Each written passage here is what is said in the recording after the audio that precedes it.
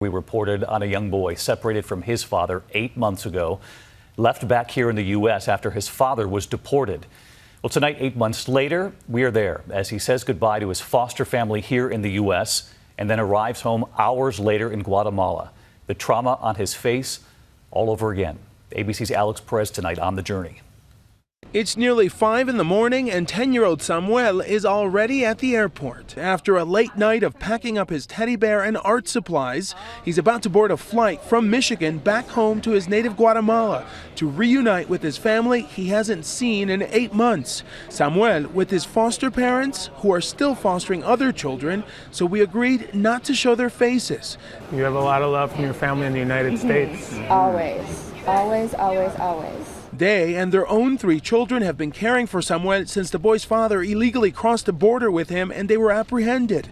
Immigration officials immediately separating them. His father deported, already back in Guatemala. His father was then taken away in what he described as handcuffs behind his back. And our boy was then detained for 24 hours in a detention facility.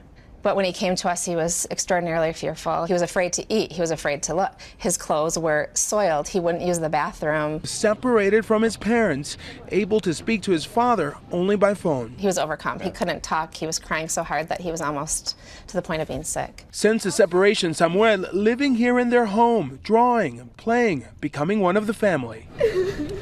And this morning, as Samuel said goodbye, tears and hugs from his new family in America as he boards his flight to family in Guatemala, accompanied by an ICE agent. The big question tonight, with President Trump signing that executive order today, what will happen to the families now separated, whose parents have gone back to their country but their kids are still in America?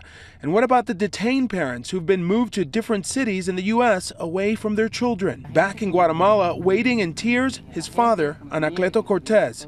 I ask him how he feels. I may look like I'm okay, he says, but my heart has been in pain, hurting because of this. About 8 hours later, Samuel lands in Guatemala City, and after an evaluation by doctors, he's brought in to reunite with his family. The tearful look in his eyes and confusion on his face, the room filled with government officials. Samuel overwhelmed, appearing shell-shocked, going back to a family he loves and having to leave a family he loves. And Alex Perez joined us live tonight from Guatemala City. Alex, it was difficult to watch that reunion, really, as the pictures came into the newsroom late today. We were all watching. We know he was separated from his family, then 8 months here without them, then the tears leaving his foster family here, then the trauma again when he arrived home late today. You've been in touch with his foster family back here in the U.S. tonight. What are they telling you? That's right, David. I just got off the phone with his foster mom, and she says she's still very concerned about all the trauma he's faced with all of this back and forth. But she says she's committed to maintaining a relationship with him and says they even plan to financially help with some of his basic needs. They've already helped Dad buy a bed for him. David? Alex Perez tonight. Alex, thanks. Hi, everyone. George Stephanopoulos here. Thanks for checking out the ABC News YouTube channel. If you'd like to get more videos, show highlights, and watch live event coverage, click on the right over here to subscribe to our channel. And don't forget to download the ABC News app for breaking news alerts. Thanks for watching.